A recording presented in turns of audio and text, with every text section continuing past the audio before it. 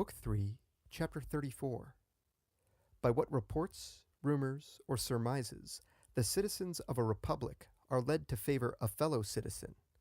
and whether the magistracies are bestowed with better judgment by a people or by a prince. I have elsewhere related how Titus Manlius, afterwards named Torquatus, rescued his father from the charge laid against him by Marcus Pomponius, tribune of the people. And though the means he took to effect this were somewhat violent and irregular, so pleasing to everyone were his filial piety and affection, that not only did he escape rebuke, but when military tribunes had to be appointed, his name was second on the list of those chosen. To explain his good fortune, it will, I think, be useful to consider what are the methods followed by the citizens of a republic in estimating the character of those on whom they bestow honours, so as to see whether what I have already said on this head be true,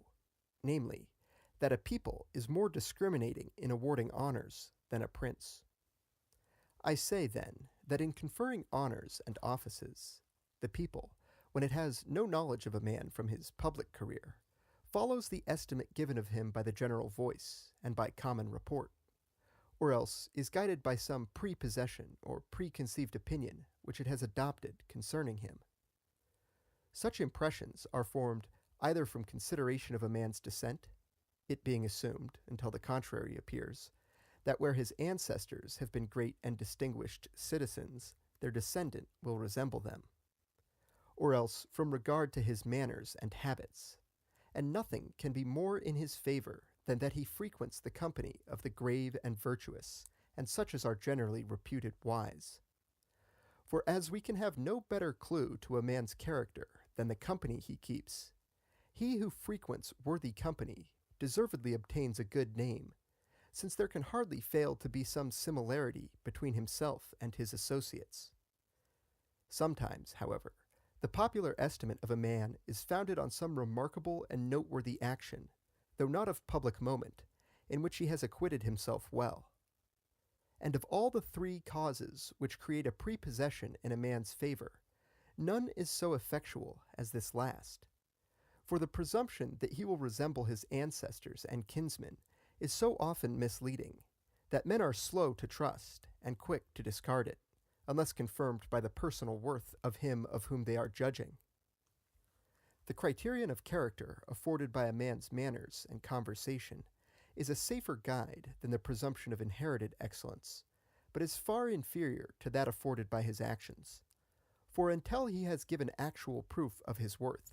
his credit is built on mere opinion, which may readily change. But this third mode of judging, which originates in and rests upon his actions,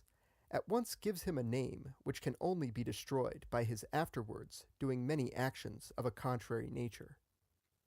Those, therefore, who live in a republic should conform to this third criterion, and endeavour, as did many of the Roman youth, to make their start in life with some extraordinary achievement, either by promoting a law conducive to the general well-being, or by accusing some powerful citizen as a transgressor of the laws, or by performing some similar new and notable action, which cannot fail to be much spoken of. Actions like this are necessary not only to lay a foundation for your fame, but also to maintain and extend it, to which end they must continually be renewed, as we find done by Titus Manlius throughout the whole course of his life.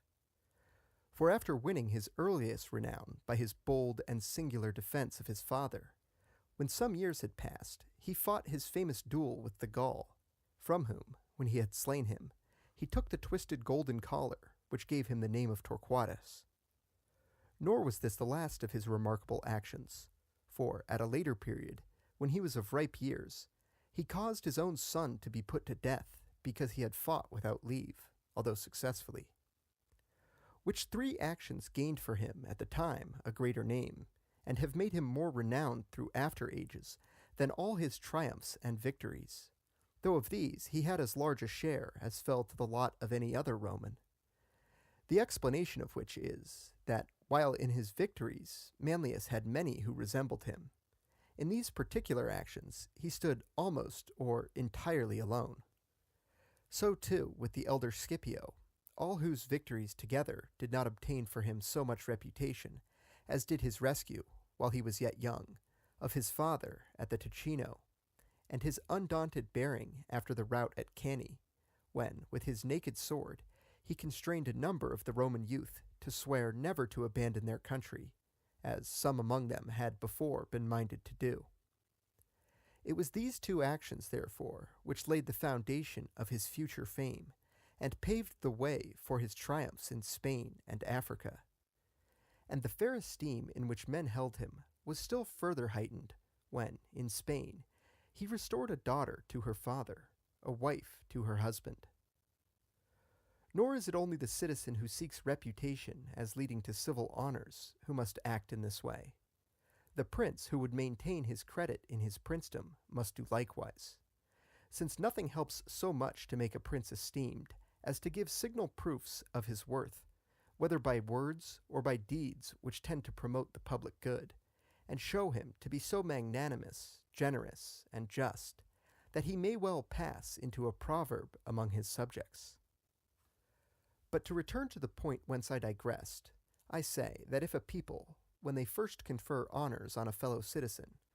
rest their judgment on any one of the three circumstances above mentioned, they build on a reasonable foundation. But when many instances of noble conduct have made a man favorably known,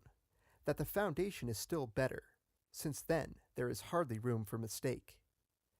I speak merely of those honors which are bestowed on a man at the outset of his career, before he has come to be known by continued proof, or is found to have passed from one kind of conduct to another and dissimilar kind.